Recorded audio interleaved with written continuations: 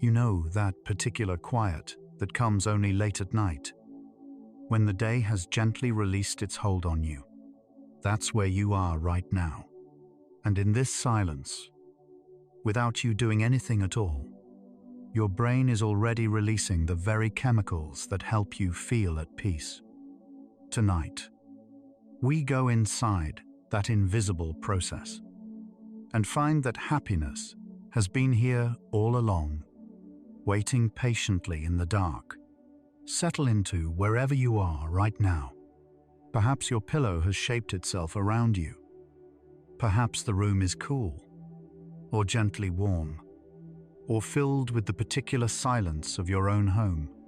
Even now, we'll trace the science through 100 psychology facts about happiness, from the quiet chemistry of the brain, to the surprising weight of kindness, to the ancient biology of joy that has been inside you since before you were born. This gentle exploration of what it means to feel genuinely well is the kind of comfort more people need. Your presence here, a soft like, a quiet subscribe, or sharing this space with someone you care about, creates a pathway for more tired minds to find their way here, one sleepy soul at a time. It means something real to us. Let yourself settle completely here. Feel your jaw unclench, your breath deepen naturally. You don't need to hold on to any of this tonight. You don't need to remember, or understand, or achieve anything at all. Sense that soft heaviness spreading through your limbs, the way consciousness slowly dims its brightness. Thoughts dissolving like warmth spreading from the center of your chest outward. Gentle and unhurried. Close your eyes and breathe deeply. You're resting where the warmth of being alive settles quietly into the body. Let your mind soften with what is already good. And now we begin. Happiness is not a single feeling. It is a landscape. Researchers have come to understand happiness as a multi-dimensional state, one that includes positive emotions in the moment, a deeper sense of life satisfaction, and something older still, a feeling that your life has meaning and direction. The ancient Greeks had 2 words for it. Hedonia described the pleasure of a good meal, a warm afternoon, a laugh shared with a friend. Eudaimonia described something harder to name, the quiet satisfaction of living in alignment with who you truly are. Modern psychology has spent decades trying to understand how these 2 kinds of happiness work together, and what it means to cultivate them both. What becomes clear is that happiness is not a destination. It is something the brain actively creates, moment by moment, through chemistry, through connection, through the quiet architecture of thought. Your brain has a built-in happiness system, and it was there long before you were born. Deep within the brain lies a network of structures sometimes called the reward circuit. At its center is a small region called the nucleus accumbens, a dense cluster of neurons that responds to pleasure, anticipation, and satisfaction. When something good happens, or even when something good is about to happen, this region lights up with activity. Signals travel along pathways that connect the brain's emotional centers, its memory systems, and the parts responsible for planning and decision-making. Scientists using brain imaging technology have mapped this network in detail, and what they find is consistent across people and cultures. The human brain is not passively waiting for life to become good. It is designed, from its deepest architecture, to move toward well-being. Dopamine is one of the brain's most important happiness chemicals, and it works in a way that often surprises people. Dopamine is less about the moment of receiving something good and more about the anticipation leading up to it. When you look forward to something, to a conversation, a walk, the first sip of something warm, dopamine rises. It is the chemical of wanting, of leaning toward, of the gentle pull toward what nourishes us. Research shows that dopamine also reinforces learning. When we do something that leads to a good outcome, dopamine rises and tells the brain, remember this, repeat this. Over time, the brain becomes increasingly skilled at finding pathways toward what sustains us. Dopamine is not just pleasure. It is the brain's quiet teacher, guiding us, slowly, toward flourishing. Serotonin is the chemistry of calm, unlike dopamine, which rises and falls with excitement. Serotonin provides a more stable foundation, a background hum of contentment that researchers associate with feelings of security, worth, and gentle belonging. When serotonin levels are balanced, people tend to feel steadier, more patient, less reactive to the small irritations of the day. One of the most fascinating things about serotonin is how it is supported. Sunlight entering the eyes encourages serotonin activity. So does physical movement. So does kind physical contact. Simply being seen, acknowledged, and respected by another person appears to nudge serotonin levels in a gentler direction. The brain, it seems, reads the quality of our social environment and translates it into chemistry. On a day when you feel genuinely good, not elated, but simply okay in a way that feels solid, serotonin is almost certainly part of the reason. Endorphins are the body's natural pain relievers and some of its most quietly generous contributors to happiness. The word endorphin comes from endogenous morphine, meaning the body's own morphine, produced from within. When you exercise, endorphins flood the system and reduce physical discomfort.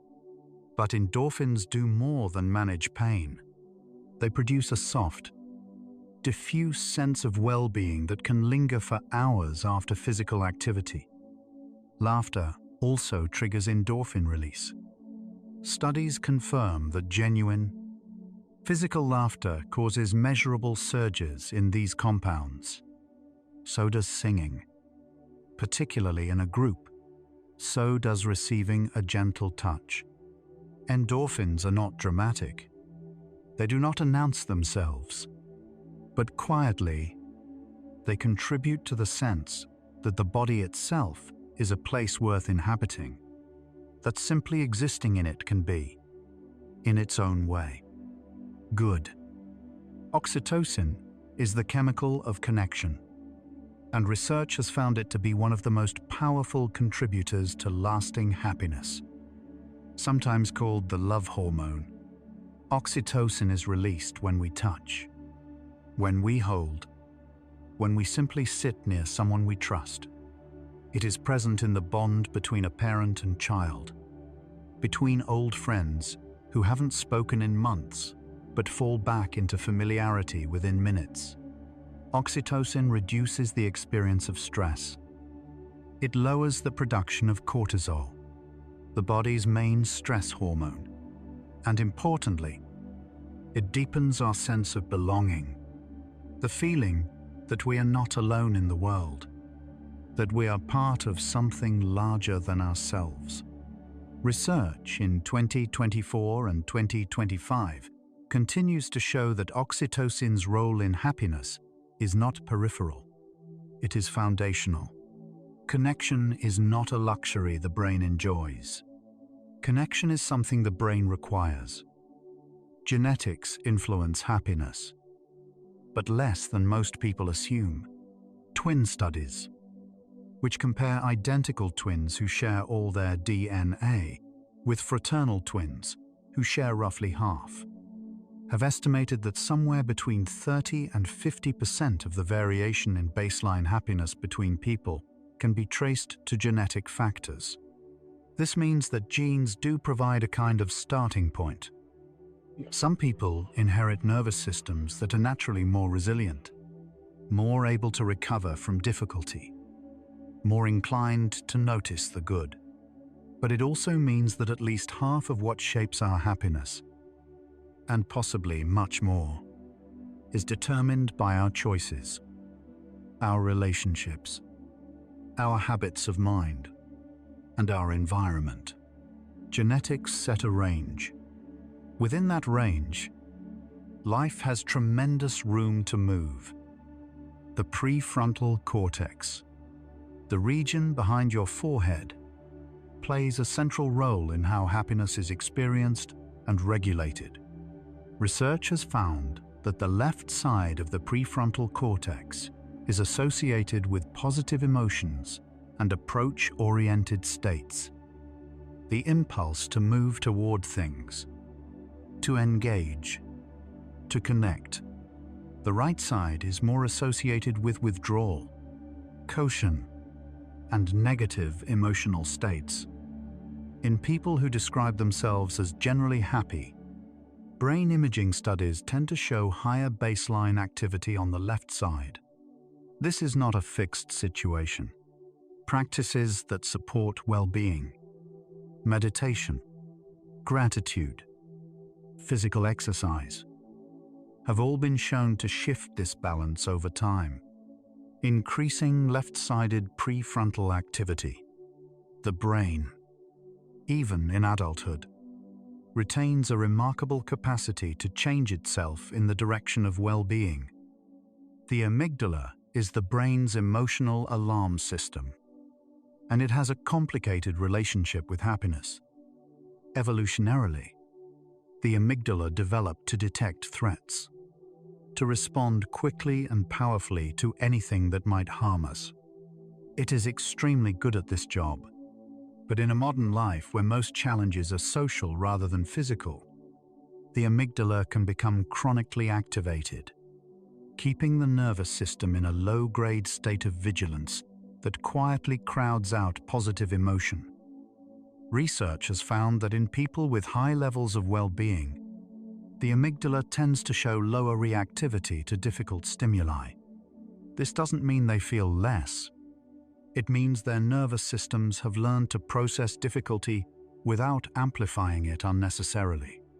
The cultivation of happiness, in part, involves gently teaching the amygdala that it can rest. Sleep is one of the most direct pathways to happiness we know of. In 2025, the National Sleep Foundation's annual survey found that 87% of American adults reported that getting enough sleep had a positive impact on how happy they felt. That is not a small finding. It encompasses nearly 9 out of 10 people. What the brain does during sleep helps explain this connection directly. During slow-wave sleep, the brain clears metabolic waste products that accumulate during waking hours.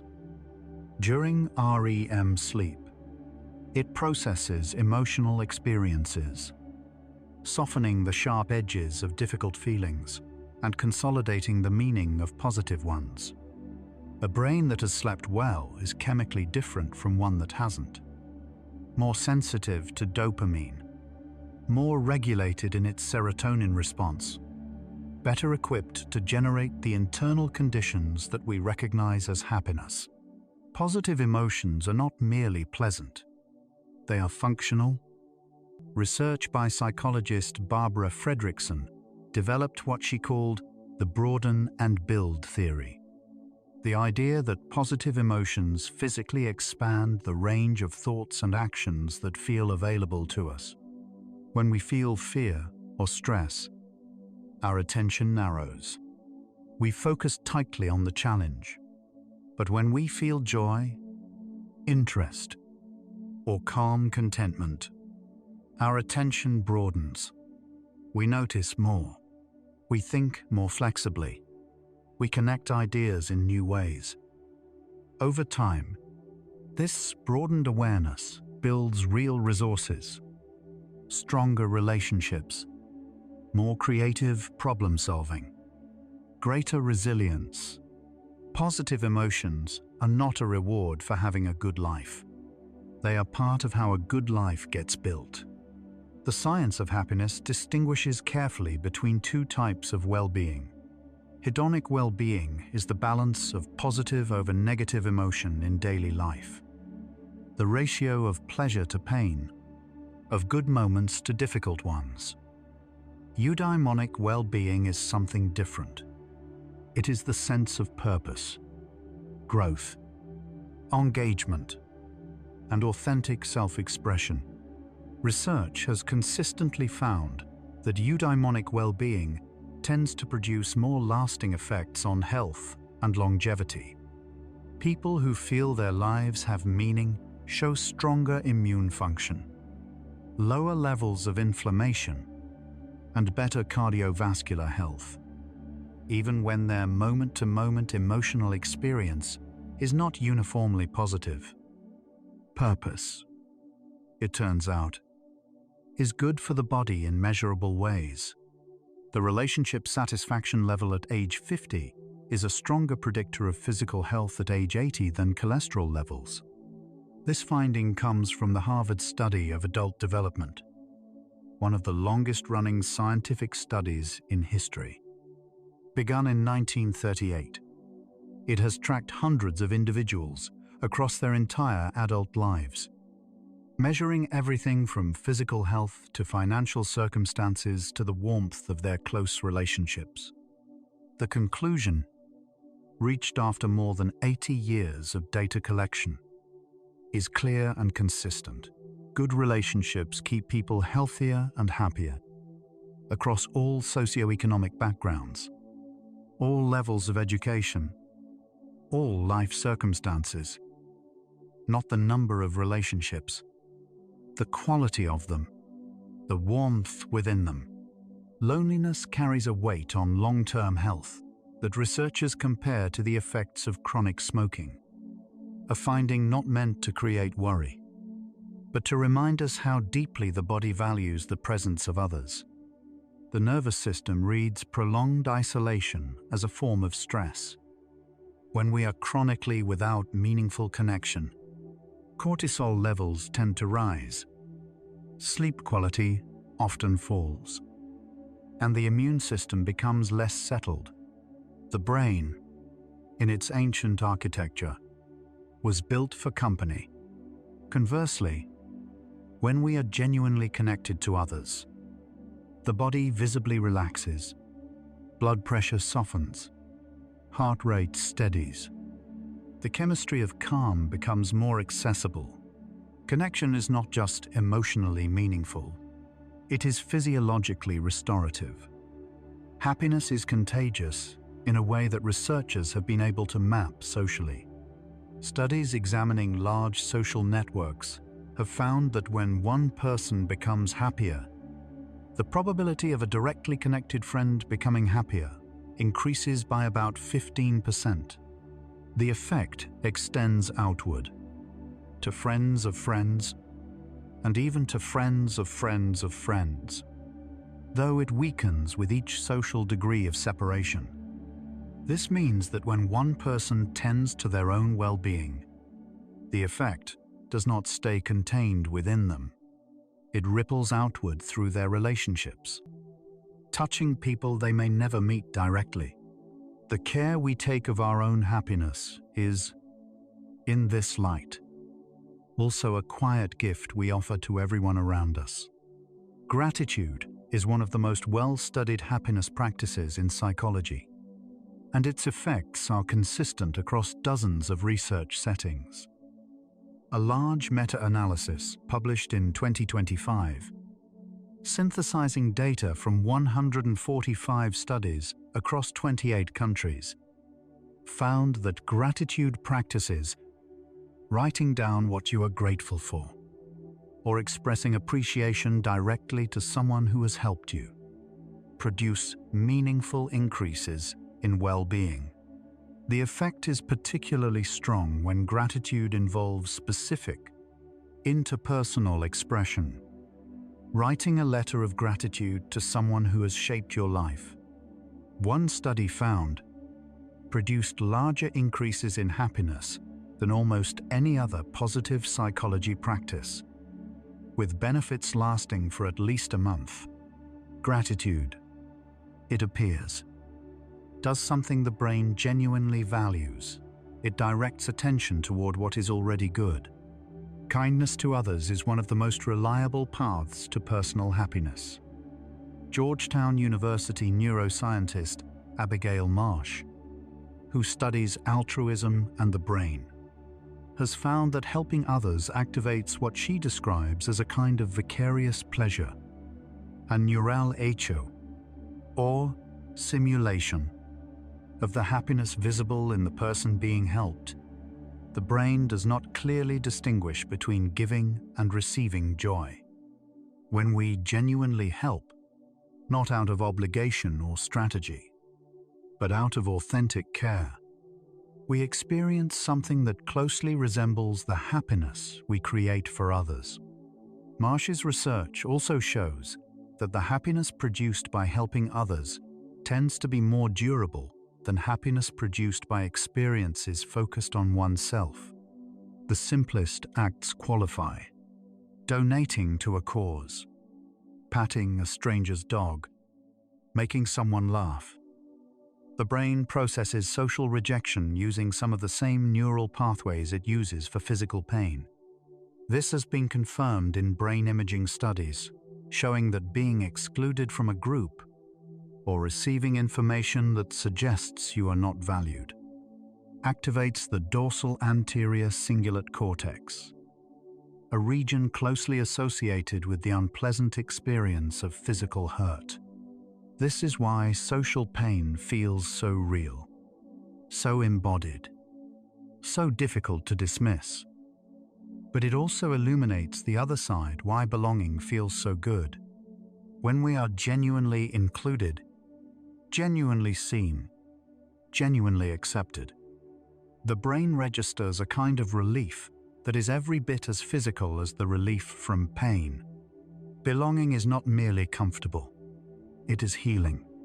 People consistently overestimate how much external circumstances, income, possessions, achievements will affect their happiness.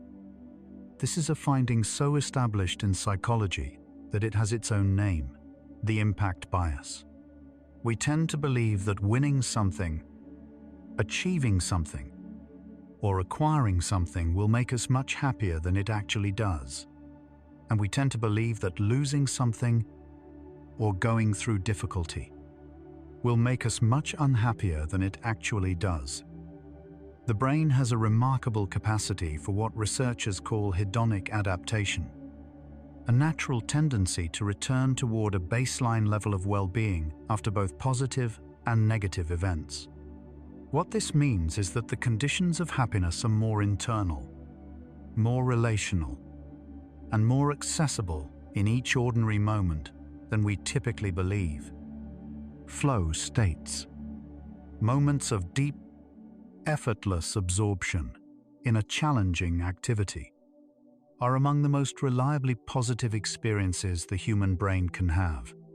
Psychologist Mihaly Csikszentmihalyi, who spent decades studying optimal experience, described flow as the state in which a person is fully engaged, neither bored by a task that is too easy, nor anxious about one that is too hard, but stretched just to the edge of their current ability. During flow, the self-conscious mind quiets. The sense of time dissolves. People describe it as feeling entirely alive, entirely present. Brain research shows that flow involves the temporary quieting of the default mode network, the part of the brain responsible for self-referential thought and rumination. In flow, the mind stops arguing with itself. It simply does. Exercise produces genuine changes in brain chemistry that contribute directly to happiness. And these changes are meaningful. Regular physical movement increases the production of a protein called brain-derived neurotrophic factor, or BDNF, which supports the growth and maintenance of neurons. It also increases serotonin and dopamine activity, reduces cortisol, and releases a class of compounds called endocannabinoids, the brain's own calming compounds, which contribute to the post-exercise sense of ease that many people describe after moving their bodies. Research is consistent that exercise does not need to be intense to produce these effects. Even a 30-minute walk at a moderate pace produces measurable changes in mood and emotional regulation. The body in motion is the brain in a better state. Nature exposure has a measurable effect on happiness that researchers are continuing to map carefully. Studies across many countries have found that time spent in natural environments, forests, parks, coastlines, even urban green spaces, reduces cortisol, lowers heart rate and blood pressure, and produces reported increases in feelings of calm and well-being. Research on quiet walking in wooded environments found that 90 minutes of unhurried time among trees produced significant reductions in activity in brain regions associated with repetitive, self-critical thinking. Nature does not simply look beautiful. It operates on the nervous system in measurable, biochemical ways, and the body appears to recognize something in its presence that it has known for a very long time: mindfulness. The practice of deliberately, non-judgmentally attending to the present moment has been studied in hundreds of clinical trials, and its effects on happiness are consistent and meaningful. Regular mindfulness practice has been associated with reductions in anxiety, increased positive emotional tone, and greater emotional stability in the face of difficulty. Brain imaging studies show that people who practice mindfulness regularly tend to develop increased thickness in the prefrontal cortex and reduced amygdala reactivity over time. The brain physically changes. What begins as a practice of sitting and attending to the breath gradually reshapes the neural architecture of how the mind processes experience, shifting its default orientation slowly, steadily, in the direction of equanimity. The simple act of smiling, even when happiness isn't already fully present, may gently shift emotional experience in a positive direction. Some research on facial feedback suggests that the physical act of forming a smile, even voluntarily, may engage some of the same neural pathways involved in positive emotion. Though the effect appears to be subtle and varies between people, the effect is not a cure for sadness, and researchers have been careful to note its limits. But something gentle may happen when the body takes the shape of happiness. The mind can follow, just slightly, just enough to matter. There is a quiet wisdom in this. The suggestion that the body and the brain do not simply communicate in one direction. The relationship between expression and feeling runs, at least in some small measure, both ways. People in midlife who shift their central question from what can I do for myself to what can I do for the world beyond me tend to be the happiest and most satisfied. This finding from the Harvard study of adult development points towards something the research on happiness circles back to again and again, that lasting well-being is not primarily self-directed. It is relational, contributory, outward-facing.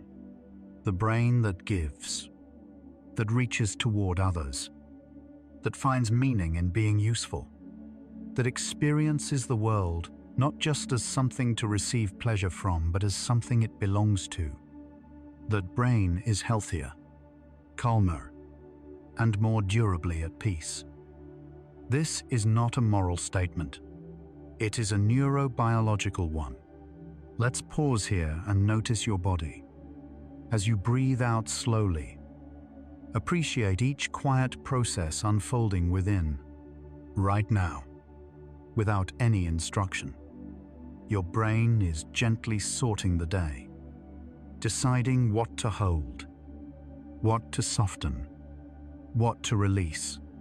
Your heart is steadying, your muscles are letting go, your nervous system is finding the ease it always knew how to find.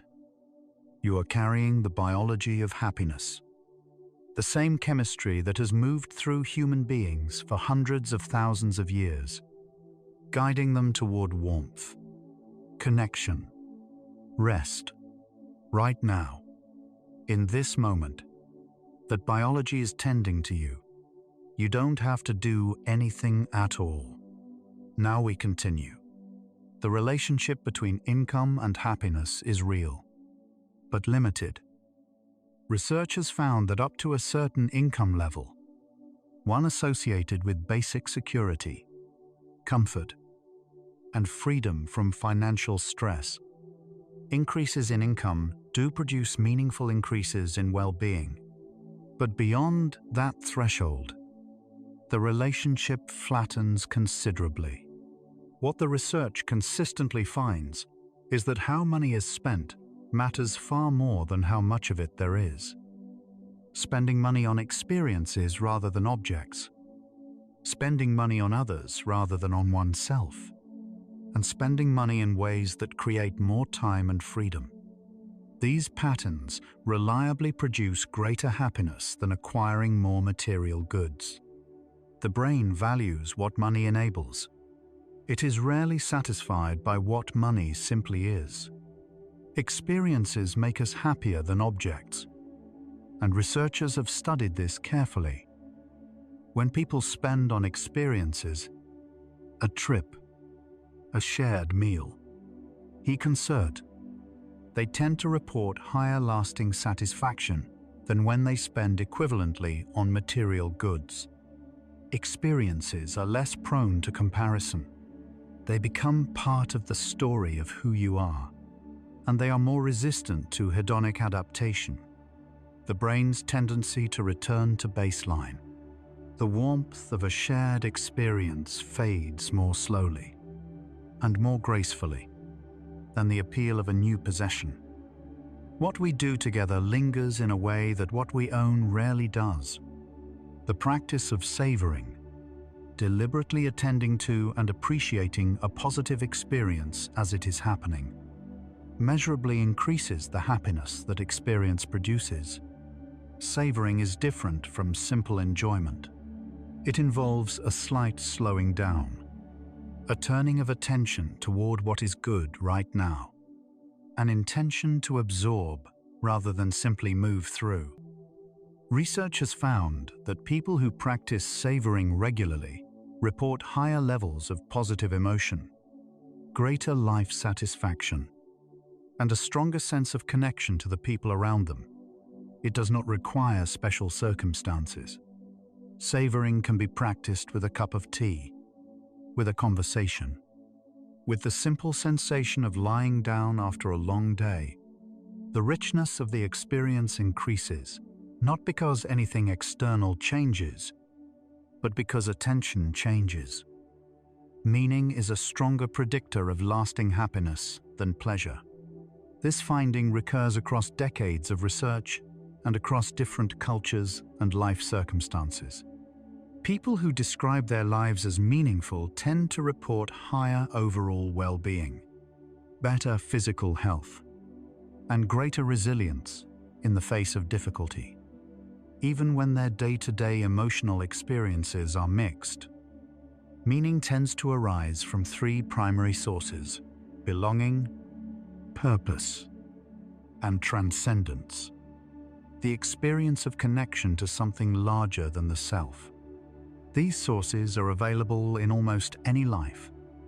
in almost any circumstance. Meaning does not require exceptional conditions. It requires a particular quality of attention. People who maintain a daily gratitude practice, setting aside even a few minutes to notice and record things they are thankful for, show measurable changes in brain activity over time. Neuroimaging research has found increased activity in the medial prefrontal cortex during gratitude, a region associated with reward, moral cognition, and social bonding. Regular gratitude practice also appears to reduce reactivity in the amygdala, the brain's alert center. Over weeks and months, the brain of someone who practices gratitude regularly begins to orient more naturally toward what is good, what is present, what is enough. It is as though gratitude, practiced consistently, trains the brain's attention in a steadier direction. The feeling of being in the presence of something vast, something that exceeds ordinary understanding, is one of the most powerful emotional experiences associated with increases in well-being. Research on awe, which has grown substantially in recent years, finds that experiences of awe reliably reduce self-focused thinking, increase feelings of connection to others, and produce a temporary diminishment of the ego's usual concerns. A clear night sky, a mountain range, the ocean, a piece of music that opens something inside you, a moment when you suddenly understand something you never understood before. These are all pathways to awe, and each of them carries the brain briefly into a state in which the ordinary weight of personal concerns lifts, and something quieter and larger takes its place. Social comparison is one of the most reliable sources of unhappiness the brain is capable of producing. When we compare ourselves unfavorably to others, in achievement, in appearance, in circumstance, the neural response is one of mild activation, quietly suppressing the activity of brain regions associated with contentment. Research consistently finds that high passive social media use, scrolling and observing without meaningful interaction, is associated with lower well-being. Connection and comparison are opposite things. The brain thrives on one and tends to suffer quietly from the other. Hope is not simply an emotion. It is a cognitive skill, something that can be learned, practiced, and strengthened. Psychologist Charles Snyder identified two components of hope: the belief that good things are possible, and the capacity to imagine multiple pathways toward those good things. People with high hope are not simply optimistic about outcomes. They are skilled at generating alternative routes forward when one path is blocked. Research finds that hopeful thinking is associated with lower rates of anxiety, better outcomes in challenging situations, and greater resilience in the face of setback. Hope is the brain's capacity to hold the future open, to keep looking for another way. Laughter is physiologically complex and deeply connected to well-being. When we laugh, genuinely laugh, the kind that begins in the belly, the brain releases dopamine and serotonin simultaneously. Heart rate increases momentarily, then decreases, leaving the cardiovascular system in a more settled state. Cortisol levels fall. And importantly, laughter almost always involves other people. It is one of the most social behaviors humans engage in, occurring far more often in the company of others than when alone. Shared laughter deepens bonds between people in ways that quiet conversations sometimes cannot. It is, at its heart, a signal of safety. The nervous system's way of registering you are among friends. You can rest here. Creativity, the act of making something new, whether through art, music, writing, cooking, building, or any other form of expression, is consistently associated with elevated well-being. Research in everyday creativity finds that engaging in creative activity on a given day is followed by higher reported positive mood and energy the following day. The brain in a creative state activates the default mode network, which is involved in imagination, alongside the executive network, which governs focused attention. Creative states bring these two networks into cooperative activity, a neurological state that feels both effortless and purposeful. Creativity does not require talent. It requires only the willingness to make something. The quality of our attention shapes the quality of our experience, independent of circumstances. A substantial body of research, including studies examining what people are thinking about at different points throughout their days, has found that when the mind wanders from what it is currently doing, people tend to report lower happiness, regardless of what activity they were engaged in. Conversely, being mentally present to whatever one is doing, even a routine task, is associated with higher reported well-being. This suggests that happiness is not primarily a product of what happens to us. It is more consistently a product of where our minds are while it is happening. The present moment is not just where happiness lives. It is the only place happiness can live. Compassion for others and self-compassion are equally valuable for lasting well-being, though self-compassion tends to be harder for many people to extend to themselves. Psychologist Kristin Neff identifies three components: self-kindness, common humanity, recognizing that difficulty and imperfection are shared human experiences, and mindfulness. Research finds that people with higher self-compassion show lower rates of anxiety, greater emotional resilience, and no reduction in motivation or accountability. Self-compassion does not make people passive. It makes them more able to try again. The kindness we offer others, turned gently inward, is not weakness. It is one of the most practical things the mind can learn to do. Music has direct effects on brain chemistry and emotional state that researchers continue to map. Listening to music activates multiple brain regions simultaneously, including areas associated with emotion, memory, and reward. Music that is perceived as beautiful or moving triggers the release of dopamine in some people, to the degree that causes a physical response, the kind of quiet shiver of recognition. Research has also found that listening to music that gently matches or uplifts one's current emotional state can reduce cortisol levels measurably, and music listened to in social contexts, shared, sung together, amplifies the social bonding that oxytocin supports, deepening the connection between people who experience it together. Music may be the most efficient route to emotion the brain possesses. Forgiveness is a practice that research has found benefits the one who forgives more than any other party. When we carry resentment, the emotional replay of past hurt activates the brain's stress response. Cortisol rise. The body responds as though the original difficulty is happening again. Forgiveness does not mean approving of what happened. It means, in neurological terms, releasing the mind from the obligation to keep rehearsing pain.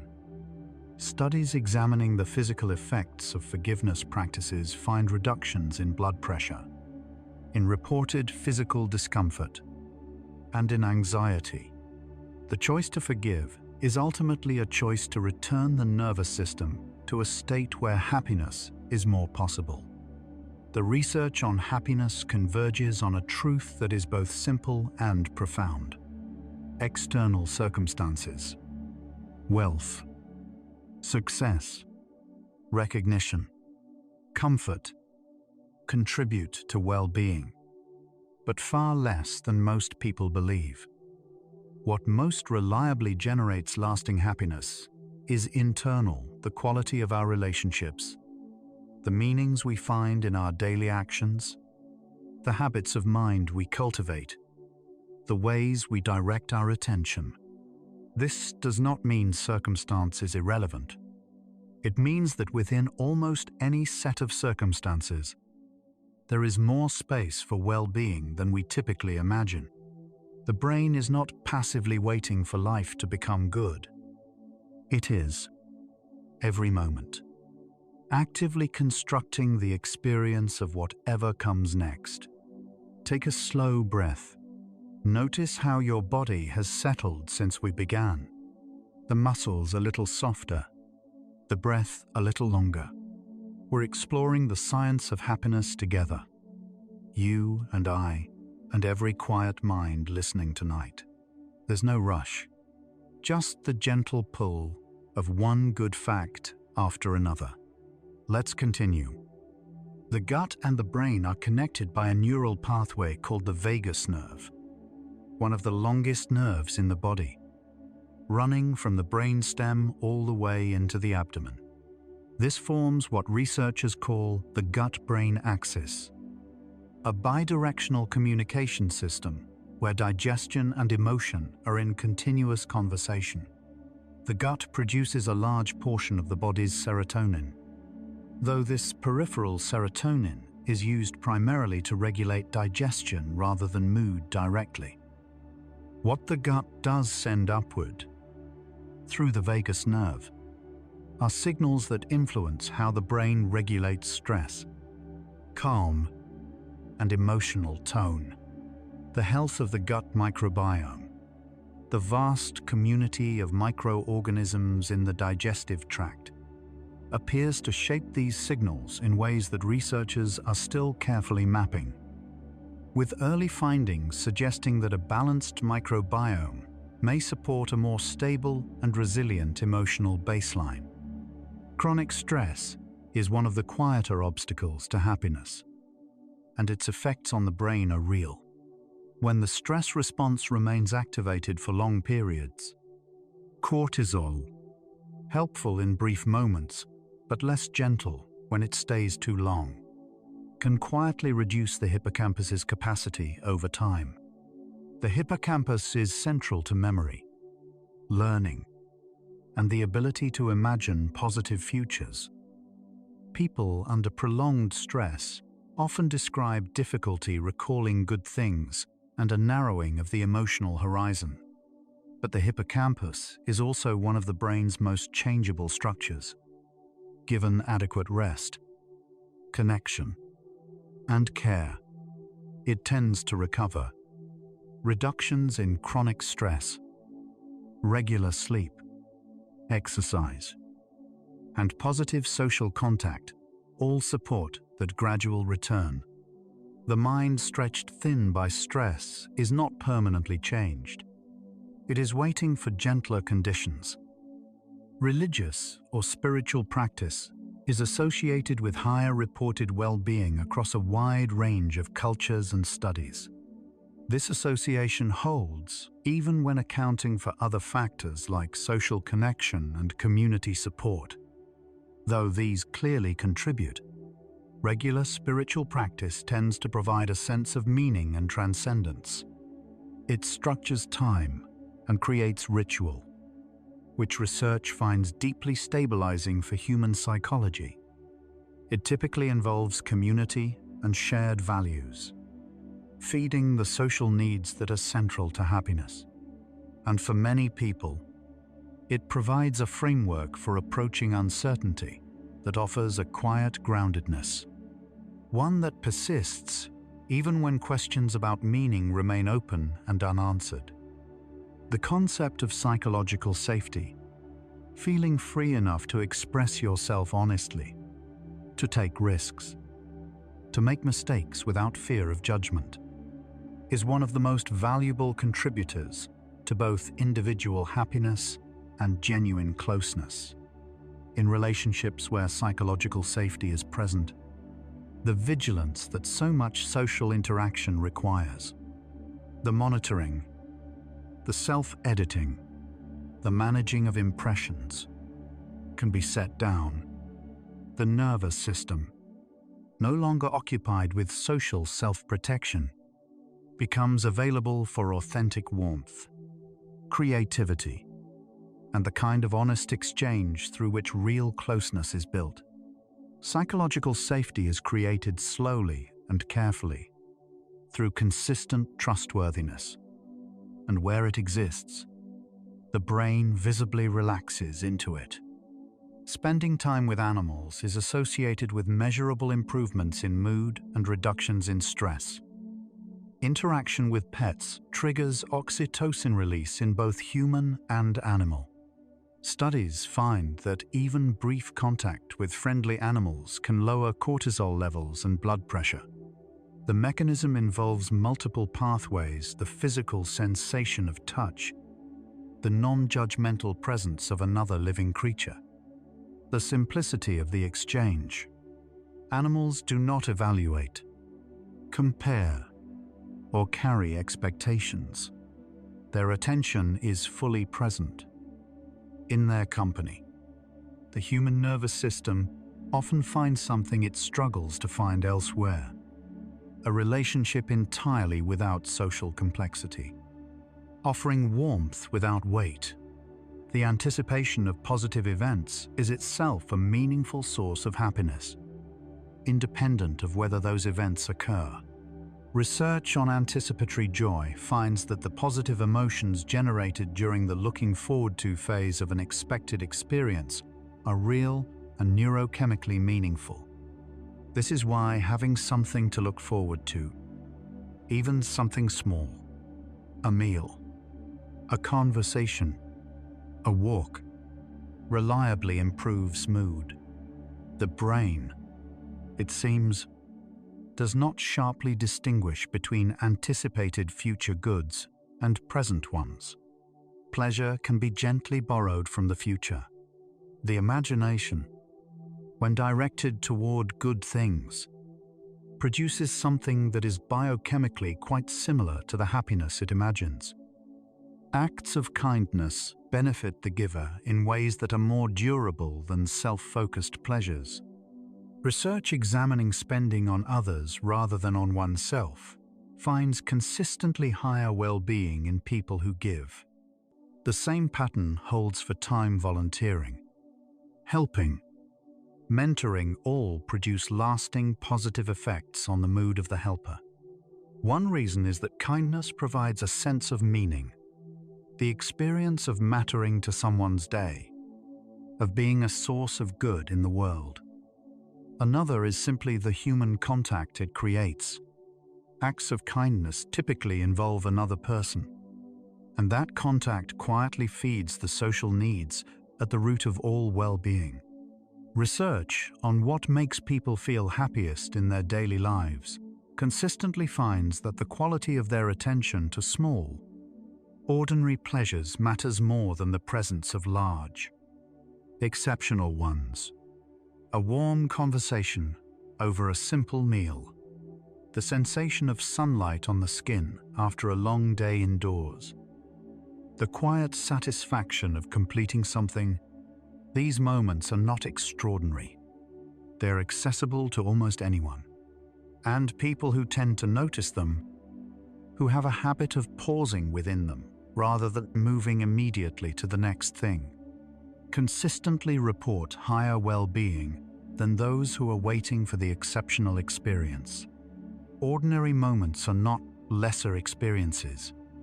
They are where most of life actually takes place.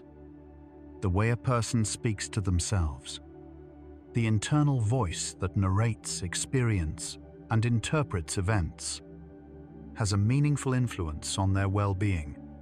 People with habitual patterns of self-criticism and catastrophic interpretation tend to report lower well-being. What is encouraging is that these patterns are not fixed. Approaches that involve identifying, questioning, and gradually replacing unhelpful thoughts have been studied extensively and found to produce real, lasting improvements in emotional life. The inner voice is not simply a reporter of what is true. It is an active participant in creating the emotional world it describes. And with patience, it can learn to speak more gently. We are halfway through tonight's journey, and something quiet is becoming clear. Happiness is not what the culture often suggests it is. It is not the peak moment, the achievement, the recognition, the acquisition. It is something quieter, more consistent, more available. It lives in the quality of attention brought to ordinary things, in the warmth of genuine connection, in the sense of moving, however slowly, towards something that matters. The science does not describe happiness as rare or reserved for particular kinds of lives. It describes happiness as something the human brain is built to create, given the right conditions.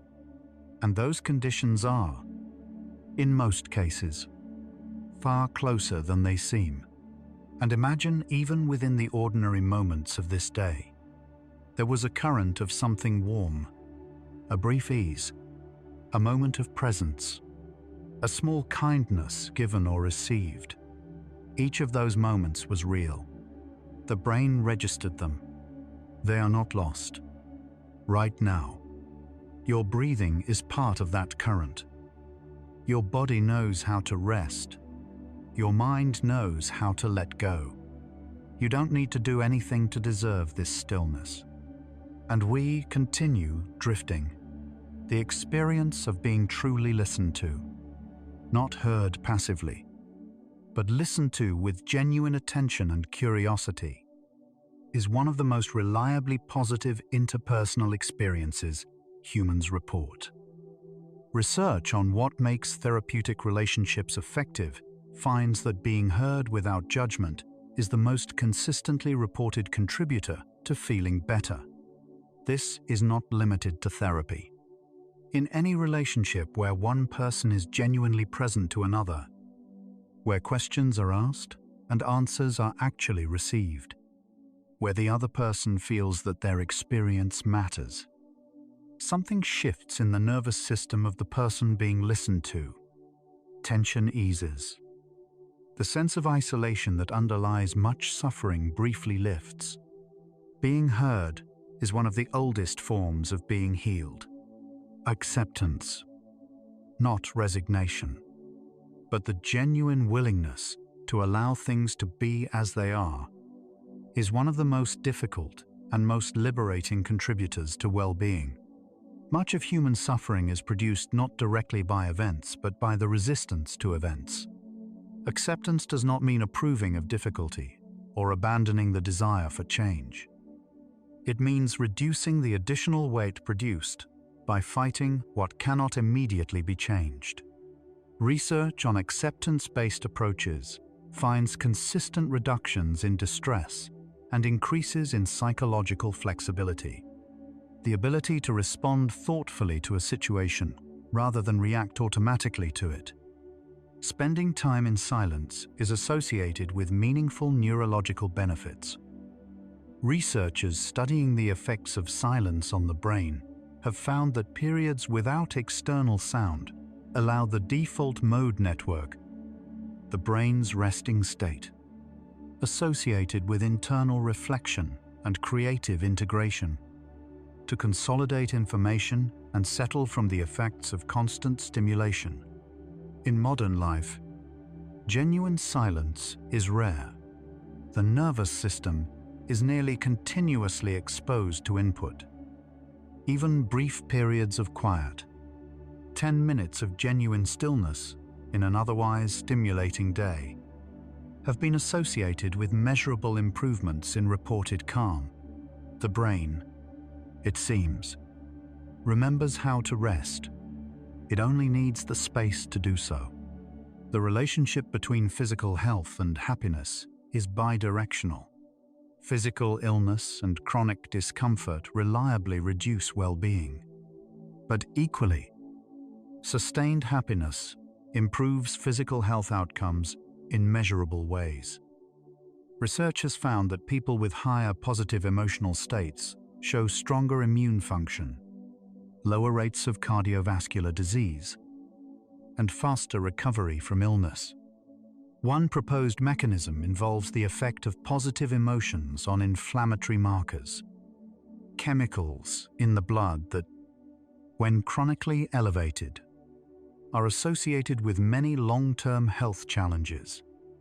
Positive emotional states appear to gently quiet unnecessary inflammation, allowing the body's maintenance and repair systems to function more effectively. Happiness is not just in the mind. It has a measurable presence in the body. Those who aged most healthily, maintaining cognitive function, physical resilience, and reported well-being into their 80s and 90s, were not those who faced the fewest hardships. They were those who retained the warmest, most reliable connections to others. This is a finding that cuts against a common assumption, that a good life is primarily a protected one, shielded from difficulty. The data suggests otherwise. What protected people was not the absence of hardship. It was the presence of people they could turn to when hardship came. Connection does not prevent suffering. It transforms it, makes it bearable, and keeps it from becoming the only story a life tells about itself. Research on happiness across the lifespan has long described a U-shaped curve, higher in youth, lower through middle age, rising again in older adulthood. More recent data, including a large study published in 2025, tracking patterns across 44 countries, suggests this curve may be shifting. Younger people in many countries are now reporting higher levels of distress than previous generations at the same age. Meanwhile, emotional experience tends to stabilize and improve from middle age onward. What remains consistent is that the factors contributing to well-being in older adulthood are clear social connection, a sense of purpose, physical maintenance, and a growing capacity to value what is present rather than striving endlessly toward what is not. Positive social touch, a hug, a gentle touch on the arm, triggers physiological changes that benefit both giver and receiver. Oxytocin is released. Heart rate and blood pressure decrease. Cortisol levels fall. Research examining the effects of regular hugging found that people who received more hugs showed milder responses to everyday stressors. The mechanism involves stress buffering the nervous system, receiving the social signal that accompanies warm touch. Down-regulates its alert response. Touch tells the body, in a language older than words, you are safe. You are not alone. You can rest. Purpose is not found. It is built. Research across multiple disciplines suggests that people who describe a strong sense of life purpose did not typically discover it in a single moment. They developed it gradually, through the accumulation of experiences, through understanding what matters to them, through investing in something long enough that their work within it became meaningful. Purpose tends to emerge at the intersection of what you are good at, what you care about, and what others find valuable. It does not require grand ambitions or exceptional circumstances. It grows from paying sustained attention to what draws you, and gradually, quietly, organizing more of your life in that direction. People who keep a regular journaling practice, writing freely and honestly about their inner emotional experience. show measurable improvements in physical and psychological health over time. Psychologist James Pennebaker, who has studied expressive writing for decades, finds that writing about difficult emotional experiences reduces the physiological stress response and produces lasting improvements in mood. The proposed mechanism is that putting experience into language helps the brain process and organize it, reducing the cognitive and emotional weight of carrying unprocessed material. Happiness is partly a function of how well the mind has been able to digest what has happened to it.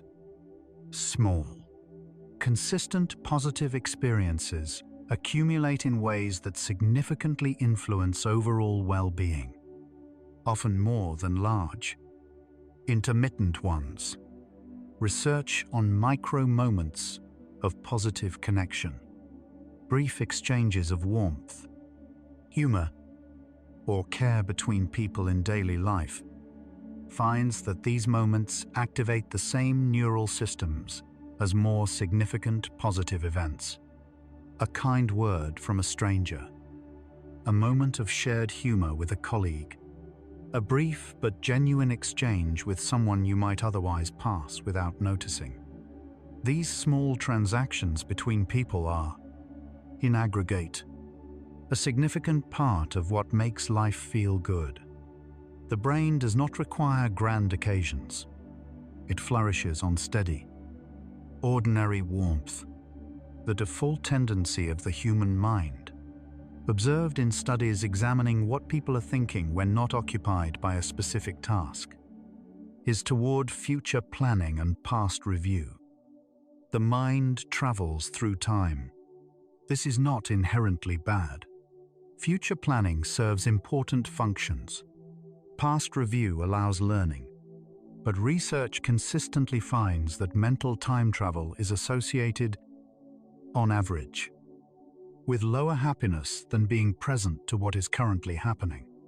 Not because the past and future are unimportant, because in the moment of mental time travel, whatever is actually here, whatever is warm, real, and present, is missed. Aesthetic experience, the encounter with something beautiful, whether in art, in music, in nature, or in the simple design of an ordinary object, activates reward circuits in the brain that overlap with those activated by pleasurable sensations and positive social interactions. Beautiful experiences reliably produce dopamine release, reduce stress hormones, and generate the kind of absorption that temporarily quiets self-referential thought. This means that beauty is not a luxury added to life after more urgent needs are met. It is a genuine pathway to the neurological conditions in which happiness is most easily produced. The capacity to be moved by something beautiful is, in a direct sense, a capacity for happiness, optimism, the general expectation that good things are more likely than bad things, is associated with better mental and physical health outcomes across many decades of research. People with higher optimism show lower rates of cardiovascular disease, better immune function, and greater longevity. What matters here is not the pretense that things are fine when they are not, but realistic optimism, acknowledging difficulty while maintaining a genuine expectation of positive futures. This kind of grounded hopefulness tends to be associated with better outcomes than either pessimism or denial. The brain that expects good things tends to work toward them, quietly and persistently, even in difficult circumstances. The kind of happiness rooted in authenticity, growth, and contribution, what researchers call eudaimonic well-being, is associated with a distinct biological profile. Research examining gene expression found that people who scored high on eudaimonic well-being showed lower levels of inflammatory gene expression and higher levels of expression associated with immune function, compared to people who scored high on pleasurable happiness alone. This suggests that the happiness produced by living according to one's values, by contributing to others, by engaging in meaningful growth, is qualitatively different from the happiness produced by pleasure. The body itself appears to respond to it differently. Deep happiness, it seems, reaches into the biology in a way that surface pleasure does not. We now understand that happiness is not a state the brain falls into when circumstances align. It is a practice, a set of habits, orientations, and relational investments that, maintained over time, cultivate the neurological and psychological conditions in which well-being becomes the brain's natural background. Gratitude, connection, movement, meaning, presence, kindness, acceptance, sleep. These are not abstract ideals. They are evidence-based contributors to the biological conditions of human flourishing. And tonight, as your body rests and your mind grows quieter, you are already practicing one of them. People who tend to interpret ambiguous events generously, who assume, when they don't hear back from someone, that the person is simply busy, who read a neutral expression as thoughtful rather than unfriendly, tend to report higher well-being than those who default to cautious interpretations. This interpretive habit can be practiced. It does not require ignoring genuine signals. It requires only a gentle discipline of not filling uncertainty with worst-case assumptions. The meaning we assign to ambiguous experience is not fixed. It is chosen. And choosing generously, where the situation genuinely permits, tends to produce a kinder world to live inside. Sleep and happiness share an intimate relationship that runs in both directions. When we sleep poorly, positive emotions are blunted the following day. The brain, without the emotional consolidation that sleep provides, becomes more reactive to negatives and less able to experience positives fully. When we sleep well, mood regulation improves. Research published in 2025, identifying 5 distinct sleep profiles in a large study, found that patterns of sleep quality, shaped by biological, psychological, and social factors, are tied to cognitive function and how regions of the brain connect to one another. Sleep is not passive rest. It is the most active maintenance work the brain performs, and its relationship to happiness is direct and measurable.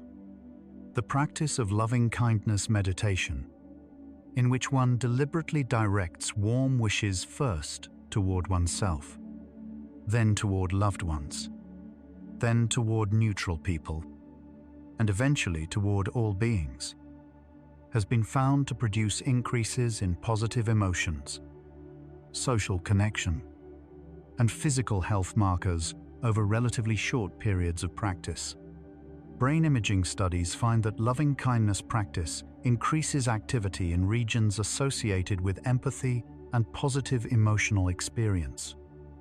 The practice appears to train the brain's orientation toward warmth, gradually making compassion less effortful and more natural.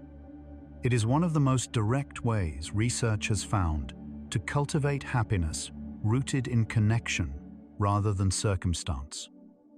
The concept of post-traumatic growth, the observation that many people, after surviving profound difficulty, report meaningful increases in psychological strength, deepened relationships, and a clearer sense of what matters, holds something genuinely hopeful about human nature. Research on post-traumatic growth does not suggest that suffering is good. or that difficulty should be sought. It suggests that the human mind possesses real resources for transforming painful experience into something that enlarges rather than diminishes the person. This transformation is not automatic. It requires support, reflection, and time. But its existence is one of the most encouraging findings in the science of human resilience. Humor, the capacity to find the incongruous or the absurd genuinely funny, is associated with psychological resilience and well-being in ways that go beyond simple entertainment. People who score higher on measures of humor tend to cope more flexibly with difficulty and report greater life satisfaction. Humor may create psychological distance from a problem, momentarily stepping outside it, viewing it from an angle that makes it feel less total. It may also work through shared laughter and the social bonding it creates. And it may simply be that the capacity to find something funny in the midst of hardship is, neurologically, a refusal to let difficulty occupy the entire emotional horizon. Being kind to strangers produces a reliable lift in mood that most people underestimate before doing it.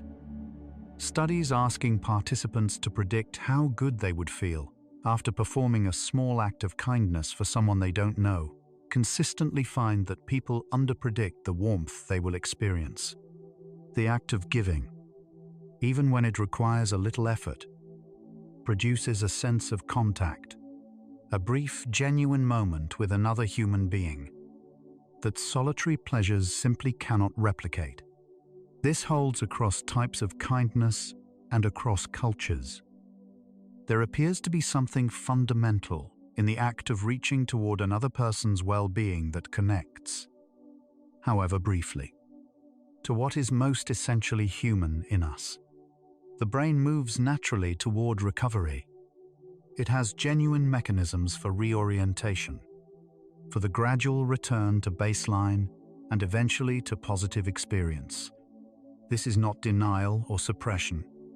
It is more like the rhythm of a system designed to survive, and over time, to find its way back. Research on the psychology of adversity finds that most people, given time and adequate support, do recover from most losses. The emotional forecasting we do about difficulty tends to underestimate this capacity. The mind's resilience is a genuine feature of its design, not something to be relied upon carelessly, but something to trust when the time for recovery comes. Eating together, sharing a meal with other people, has been found to be one of the most reliable predictors of happiness and social connection across different cultures and life circumstances.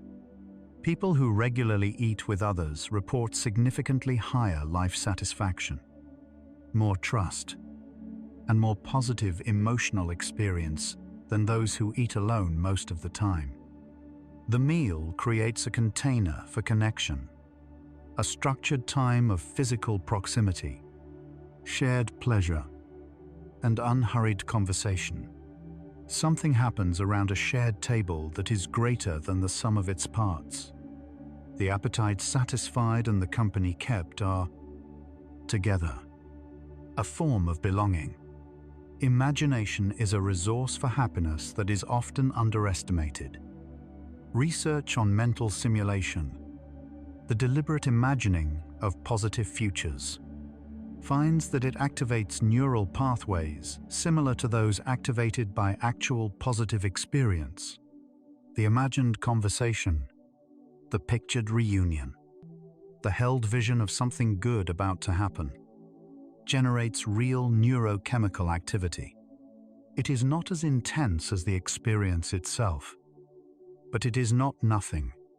The brain that can vividly imagine good things is, in a measurable sense, already experiencing some of them. This is why hope is not merely an attitude. It is a practice that produces real neurological benefits, while the hoped-for thing is still on its way. The science of happiness has arrived. after decades of careful research, at a picture that is both clear and quietly profound. Happiness is not a reward for success. It is not a product of perfect circumstances. It is a capacity built into the human brain, cultivated through practice, deepened through connection, expressed in ordinary moments that are recognized and inhabited with care. Every reliable finding in this field points inward and outward simultaneously. Inward toward the mind's own habits and orientations. Outward toward the relationships and communities that give life its meaning. The science of happiness, at its most honest, is simply the science of being here, gently, completely, without the constant demand that things be different than they are. Almost there. Simply allow yourself to rest even deeper now. Sleep does not arrive when you try to sleep. It arrives when you stop trying. Right now, your only task is to do nothing at all. Notice the weight of your body, the natural rhythm of your breath. The day has already been lived. The mind has already worked.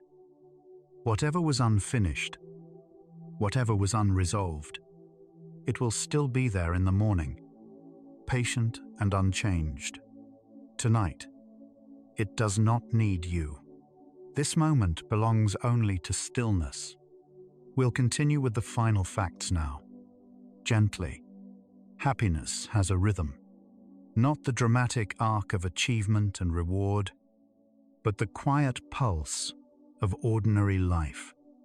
The morning calm, the afternoon absorption, the evening ease. Learning to move with this rhythm rather than against it is itself a form of well-being. The brain consolidates positive experiences during sleep. What felt good today is quietly strengthened while you rest. The warmth of a kind exchange, a moment of gratitude, a brief experience of beauty. These are being written more gently into memory while you sleep.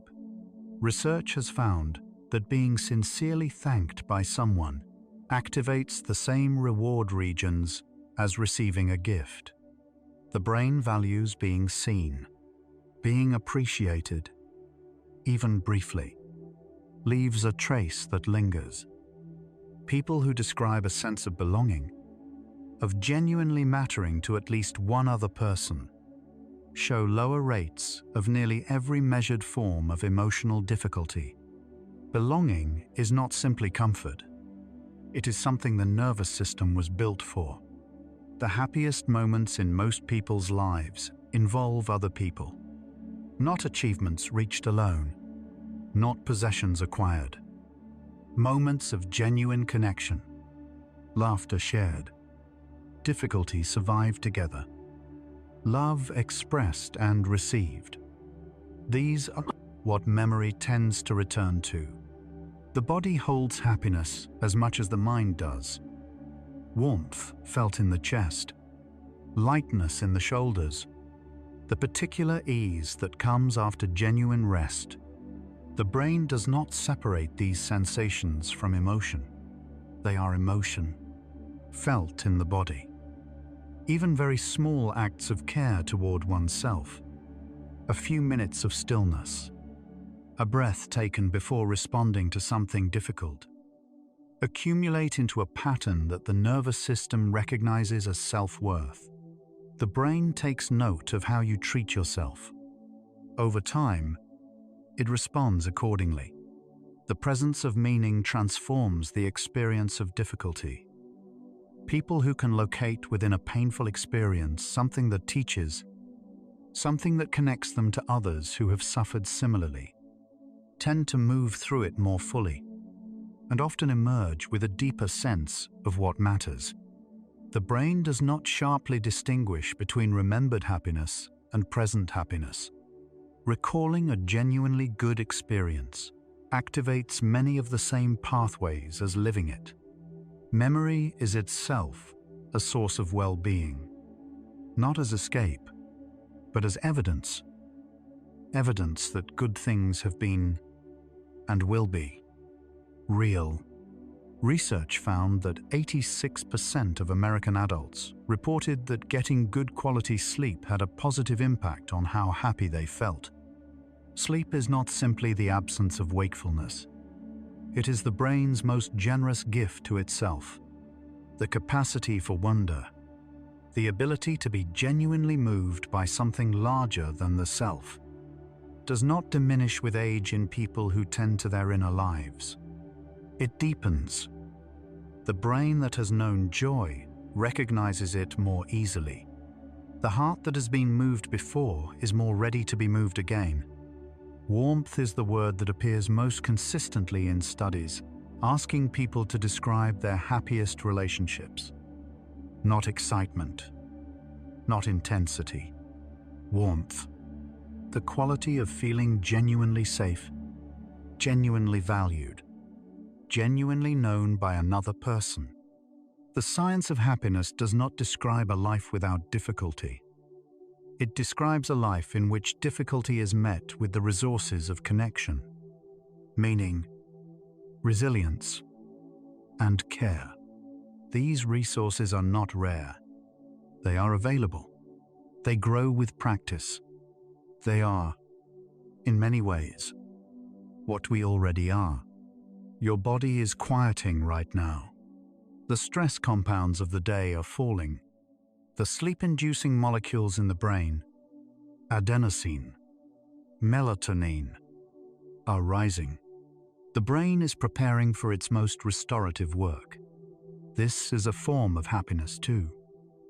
The simple, profound ease of the body tending to itself. In the research on what makes a good life, one quality appears again and again, across different studies, different cultures, different lifespans. The quality of being present, of being genuinely here, the good life, the happy life, the meaningful life. All of these converge on the same thing. Not the dramatic moment, the ordinary one, inhabited completely. Gratitude, practiced before sleep, has been specifically associated with improved sleep quality. Reviewing the day for what was good, what was received, what was given. This gentle reorientation appears to settle the nervous system. The mind that drifts towards sleep with its attention on what is good tends to sleep more deeply. The people who helped shape us, who sat with us, who believed in us, who spoke words we still carry, are part of our neurological architecture. They helped build the brain we use to experience the world. Their kindness is still present, woven into who we are. Researchers found that happiness is not diminished by uncertainty. When the uncertain outcome has a reasonable chance of being good, the brain can hold not knowing. Hope, realistic, open, curious hope, keeps uncertainty from collapsing into heaviness. And tonight, there is nothing that needs to be resolved. The simplest definition of well-being may be this: the ongoing, ordinary experience of feeling okay, not transformed, not perfected, not complete, just okay in a way that has room in it, that can hold both difficulty and ease, that recognizes what is good without needing everything to be good. The mind that rests well is kinder to itself and to others. Sleep is not selfishness. It is maintenance. It is the condition under which everything else becomes more possible. Patience, clarity, warmth, the capacity to be genuinely present to another person. In the end, what the science says about happiness is not very different from what the wisest people have always known. Be kind, pay attention, take care of your body, stay connected, find something that matters, Be present. Rest. These things are not revolutionary. They have always been here, waiting. Tonight, as you approach the edge of sleep, something simple is true. You are warm. You are safe. You are resting. This, in itself, is a form of happiness. Quiet. Complete. Requiring nothing more. The brain entering sleep is not disappearing. It is beginning its most restorative work, processing the emotions of the day, consolidating what mattered, releasing what did not, moving, slowly and without effort, toward the state of deep rest in which everything is gently replenished. You have been carrying the biology of happiness with you your entire life. The chemical systems, the neural circuits, the relational wiring, all of it was there from the beginning, quietly waiting for the conditions to flourish. Tonight, those conditions are here. Happiness is not what we find at the end of a long search. It is what we return to, again and again, when we stop insisting that it must be elsewhere. It was always here, in the warmth of a body at rest, in the quiet of a mind finally still, in the simple, improbable grace of being alive on this particular night. And so, our quiet journey through the science of happiness comes gently to its end. We began by learning that the brain was designed, from its deepest architecture, to move toward well-being. That dopamine, serotonin, oxytocin, and endorphins were never occasional visitors but constant companions, always building the conditions of joy. And we arrived, through 100 patient facts, at fact 100, that happiness is not what we find at the end of a search. It is what we return to when we stop running from what is already here. We touched the Harvard study, which spent 85 years asking what makes a life good, and found, in all that time and all those lives, the same quiet answer.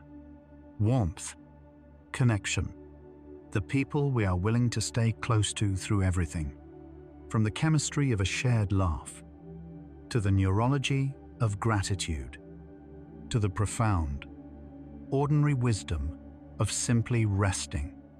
We discovered that the architecture of happiness is not distant or complicated. It was already yours. Happiness reminds us that the brain is not a machine awaiting optimal inputs. It is a living system, shaped by love and attention, by rest and meaning, by the small, consistent choices made in ordinary moments no one else will ever witness. Much of what sustains us unfolds in silence, in the night's consolidation, in the body's quiet repair, in the invisible chemistry of care exchanged between people who matter to each other. Without the capacity to feel connected, to find meaning, to rest and recover, very little else holds together. By pausing to notice, tonight, in this darkness, we have already done something that matters. In these final minutes, take the deepest breath you can.